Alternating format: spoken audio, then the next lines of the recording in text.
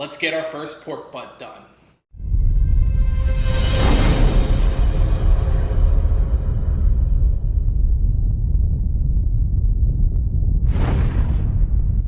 Welcome back to the channel, guys. My name's Kevin, and today we are doing pork butt 101. That's right, even if you've done a few pork butts, and especially if they haven't turned out the way you wanted them to, this is the video for you. This is a pork butt fundamental video, so we're not doing anything crazy. All right, we just want to keep it real basic, and you'll be amazed at your guests when they go, wow, that was delicious. You don't have to go crazy with pork butt. You just gotta cook it basic and do a couple simple things, and it's gonna be amazing. Second thing we'll talk about is your thermometer during a pork butt cook and keeping it basic there. Cook always to temperature and shoot around for time frame. So we're gonna talk about that just a little bit. And then we are also gonna talk about the types of fuel, wood, briquettes, and charcoal during this video during your pork butt cook. Finally, we are going to leave you with a pro tip of how to serve pulled pork to your guests. So make sure you stay tuned for that. But before we jump into this cook, you guys know the drill. Subscribe, turn on those notifications, hit the like, and leave a comment. And if you really want to take it to the next level, join our Facebook group. There are a bunch of very experienced and very new to smoking people in our group, and we are sharing great tips and helping each other to get our smoke to that next level. So if you want your smoke game to get enhanced, make sure to join that group and check out this video. Thank you.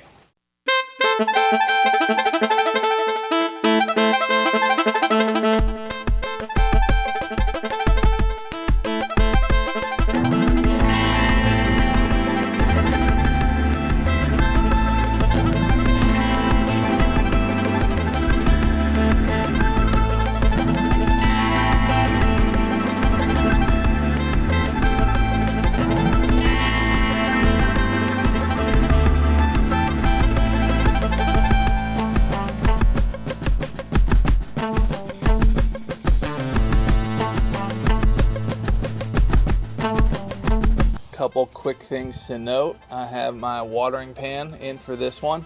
Now, I do not plan on spritzing. Everybody always asks, should I spritz? How often? If you want to spritz, spritz. Spritz every half an hour, spritz every hour, whatever it is you want to do.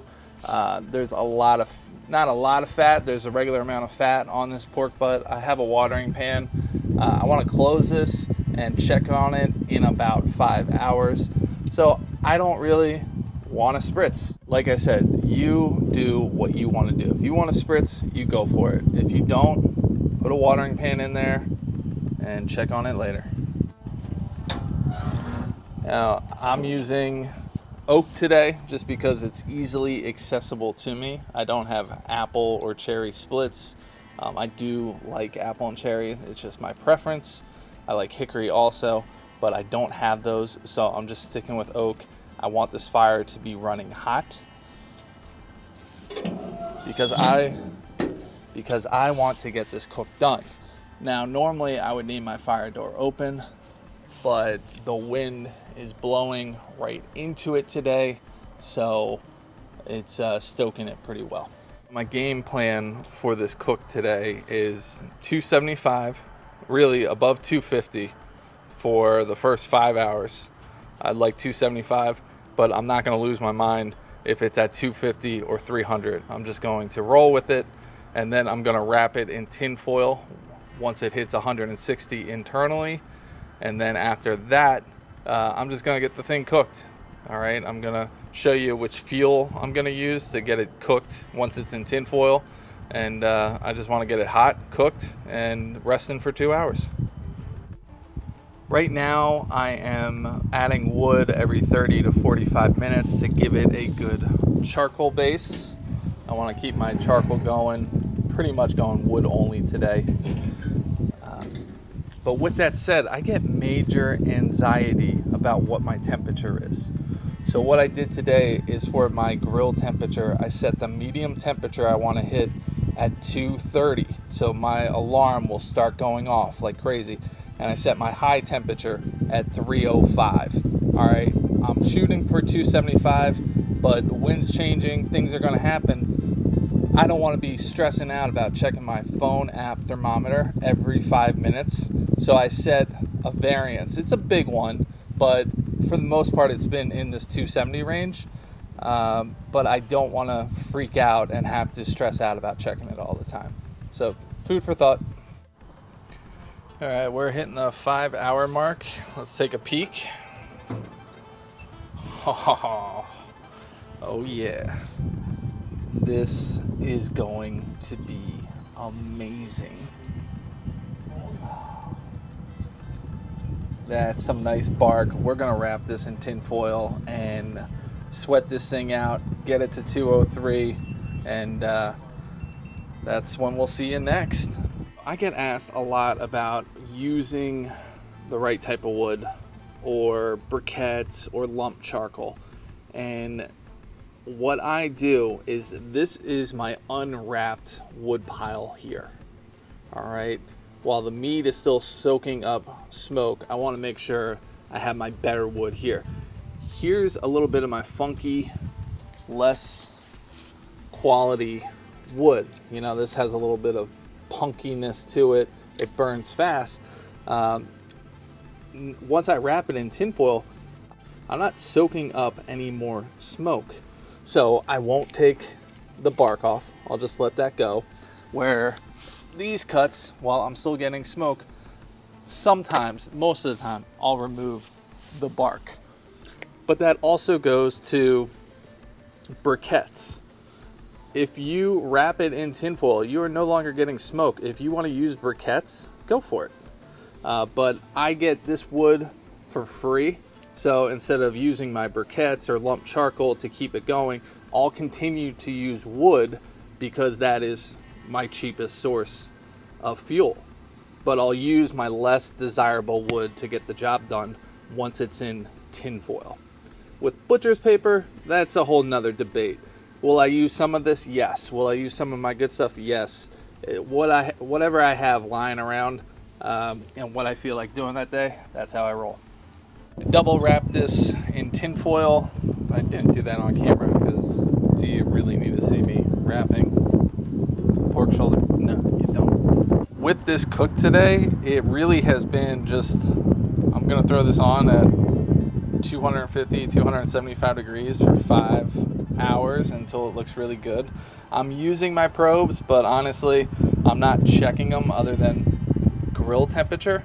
And I'm just doing 5 hours, wrap it, and then if it's around 203 in another 5 hours, we're good to go. But I'm really not paying too much attention to the probes. Just rolling with it.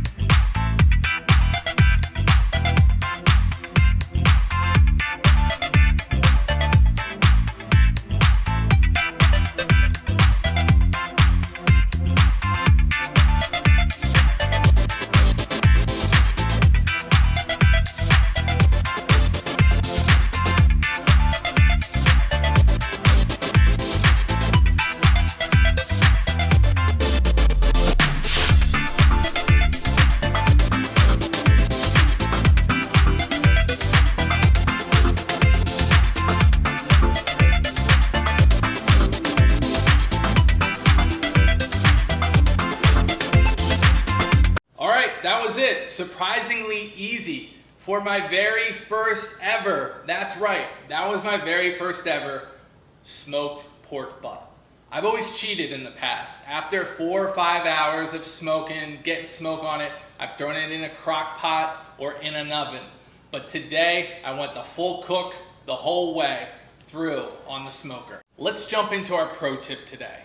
All right, first off, if you aren't serving your guests, you saw what I did. Only shred what you're gonna eat that day. All right, if the rest is going right into the fridge, you don't wanna shred it because it's gonna dry out. All right, second, if you are having guests, if they're not big into barbecue and you lather it up with barbecue, you know, on the drive home, they might say to their significant other, it was all right.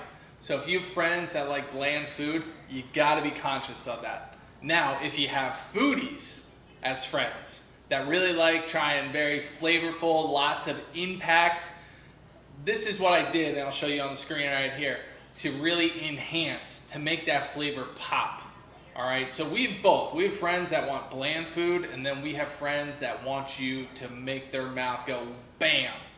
So you want to add a little apple cider vinegar, and then you want to put a little bit of that rub that you used at the end over the apple cider vinegar. So when they bite into it, they're getting just a hint more of that rub you use. So you want to add that little bit of rub to give it that pop that lets them, reminds them how good your barbecue is if you have those foodie type of friends. As always, you guys have been great, and I encourage you to hit that subscribe button and join the conversation in our Facebook group. See you all later.